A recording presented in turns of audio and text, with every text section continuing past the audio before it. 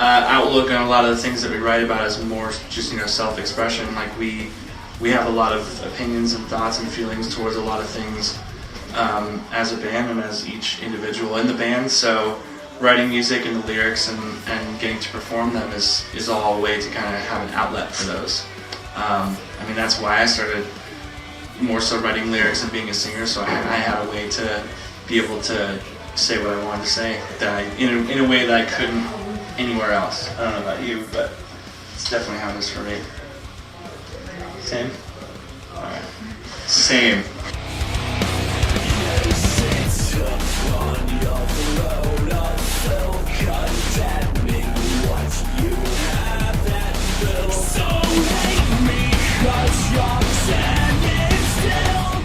I think we all kind of grew up seeing bands do that, seeing people in movies look that way, so it was kind of just a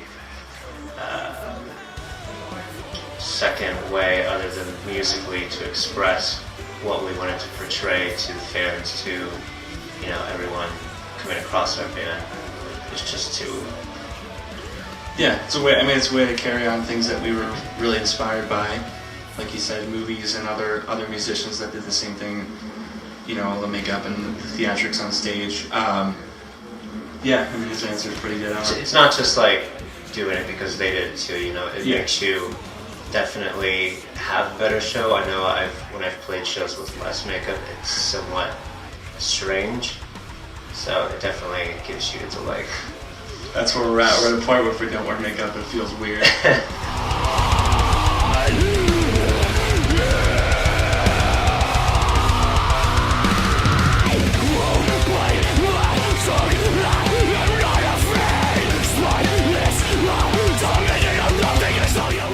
That is definitely a great question because it's a lot of both. It's really, really great. We've always been a band that's been very personable with our fans. We love being able to say hi and be cool with everybody in person and do photos and sign it, whatever they want signed. But then, for just as many great, respectful fans, there's also not just as many. There's a lot of the fans that don't have any respect for personal boundaries or respect for the other fans around them. Sometimes there'll be some issues that we have, but for the most part, it's all the good fans. Like today when we had our meet and greet, it was great. We never get to see these guys, these fans, and to have the chance to come to Mexico City and say hi to people that we never get to meet or never get to see it's kind of extraordinary in the grand scheme of things. Because we're from Pennsylvania, so who would have thought Mexico City there'd be people here that wanted to meet us. So I'm all about it as long as they're cool and respectful and aren't trying to rip everything off of you and any of the other crazy stuff, then I'm cool. I'm all about it.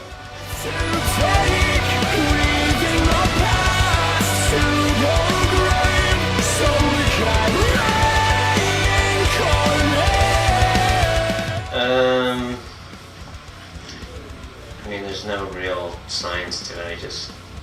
I have a list basically of people, characters that I admired growing up, and maybe it'll fit for a certain tour or kind of echo what the current sound we're doing is, something like that. But I definitely plan ahead because I make the costumes myself and that sort of thing, so definitely takes planning and all that.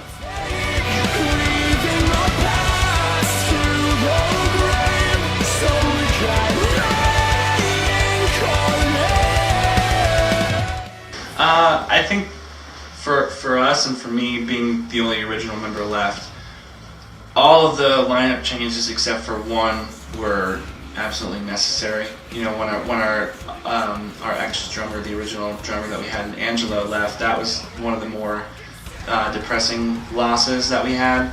I mean, it needed to happen for the better of the big picture, but it really sucked for us because we loved Angelo. But all the other people that we've had come in and out of the band have either been a problem for the band or didn't really want to be in the band anymore. They kind of wanted to go elsewhere, and you could tell that it was at that point where there just needed to be a mutual split. Every new person that's come into the band, besides one, has helped make the band better. And I don't like bringing people in that I don't think that I'll get along with. They have to be a great person first, and then a good musician second, which is maybe that's a wrong thing for me to think. Like, you should focus on how good of a musician they are first if they're going to be in your band. But I would rather have a person that's good enough to get by, but a great person that helps the character of our band and our personality and us get along, be in the band, than someone who's either really famous and just going to help us get bigger. Like, that's just not what we're about. So everybody that's come in, like him and our newer drummer Vinny, everybody's helped make the band bigger and better, and we all have grown and got along as a band over the years because of all the changes. So it's been nothing but a good thing for the most part.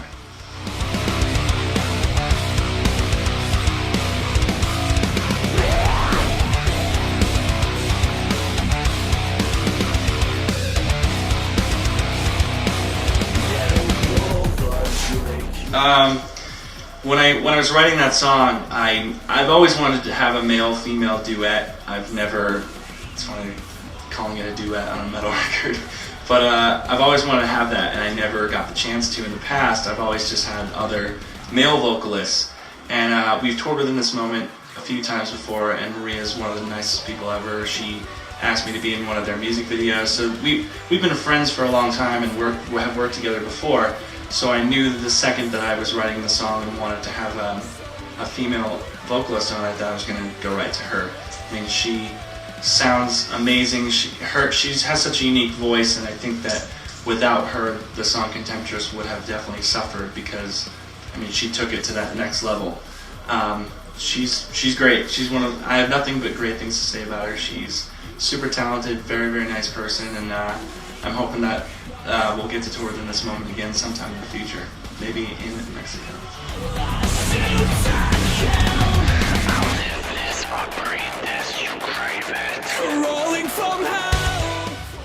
It's great. I've never personally celebrated it, but I think it would be cool to be down here and just see the festivities and all that one year. So maybe we'll come back, play a show on that day. Maybe you can ask us to come here on that day. We'll be back. We'll paint up and we'll do the full face makeup and everything. There's one thing you forget. You can make me play dead. I'll swallow your bullshit. No respect. You make me fucking sick. That's a funny question, because all we do is get shit for repeating what others have done. At this point in music, maybe not so much in movies, but in music, in my personal view, there's no guitar riff left unwritten. You know, like everything that you could possibly do, musically, vocally, everything has pretty much, for the most part, been done before at this point. I mean, it's just, all the new bands that are coming out now are somewhat of a spawn of past bands. I mean, even us, we're heavily inspired by bands of all genres, and that's what makes up what we are. We try to take a unique spin on all the things that we've been influenced and inspired by, and turn it into our own thing. Some people feel that it is very much unique to what we are. Some people don't. I mean, that's just the way of the world. I think in films there's definitely room for originality, but it seems to be making money that people are remaking all the things of the past, because they already know that there's a built-in fan base for those things, and if they remake it, then they're absolutely going to have a film that someone's going to go see, because there's already a fan base for it, rather than something new. So that's frustrating. But for music, we're just going to keep on doing what we're doing, where we have our niche and our thing that we do that is different, whether you want to think it is or not. and I mean that's really all we can do. We're trying to forge our way through the music world and be remembered for being a band that did something different. And I think we're headlining here in Mexico City with a lot of fans out there waiting. So I mean, we must be doing something right, and that's okay with me. Just for fun, forgetting I'm alone and gone. So hate me for the things I've done, not for what I've now been. That is a fantastic question. I have. Do you have any views on Spotify or like anything like that? I mean, the world's changing. It's just a way to get the music to people. You know, that's as far as I see it. There's no real turning back at this point, so it's better to look at it as like positive. You know, this person was able to listen to our song because it's on Spotify. Yeah. To go off of that, I mean, I don't think anyone really has the money. There's so many bands now. There are so many bands, and records aren't cheap. You can't go buy a record for $3, $5. I mean, they're $10 or more, and the fans of these bands don't have all that money to be going to buy each individual record. I wish they did, because it would really help out the bands that are working hard to achieve certain goals. Not necessarily making money, but just they worked hard. They deserve to be compensated in some way for that kind of stuff. And records don't really sell anymore because people don't have the money to go buy every record of every band that they might like. So with that being said, I would rather have a fan of Motionless in White that couldn't buy a record at least be able to go listen to it on Spotify than not at all. You know, like he said, it's just a way to get people music. And you know, it is unfortunate what they do to the bands. They don't. It sucks. They don't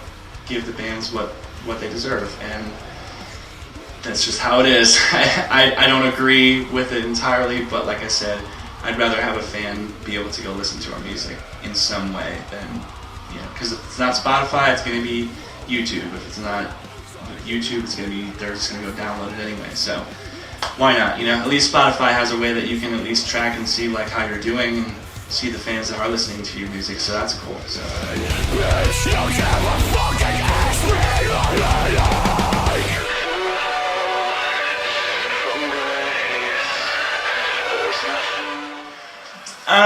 Yes and yes. We will always release the physical. I mean, maybe that's just because I grew up buying the albums, and having that disc was like a trophy. Like, you know, I bought the new AFI record or the new whatever record, and that was like a whole thing about really the release of music. Was you go to pick that record up, you go to the store and get it, and that's amazing to me. And we will always do that. But I do think that they are selling less and less, and it's more iTunes and stuff like that that people are getting the music from. That's just, I mean, I feel like you're probably on the same page as that. Yeah. I feel like there's like two different types of listening. One is just downloading it, and then you listen to it as you're going to school and whatever. And it's, you know, you may have heard it and you're like, okay, cool, whatever. But then there's also receiving, you know, the vinyl in the mail, or picking it up the first day and going in your room and reading the booklet and just spending the time with it. And I think that's very crucial for young kids today to keep doing. Yeah, it's like even just to talk about artworks of the albums. I mean, yeah, the artwork can be released digitally, but like there's something about that cover or the backside or the inside booklet that really sets the tone of what the music is going to be like. You know, like it can add a whole nother dimension, just like your live show can add a whole nother dimension to your music. Just the artwork alone can really, like I said, set the tone and give you a different or more in-depth look into the music than just downloading it and listening. So that's my opinion.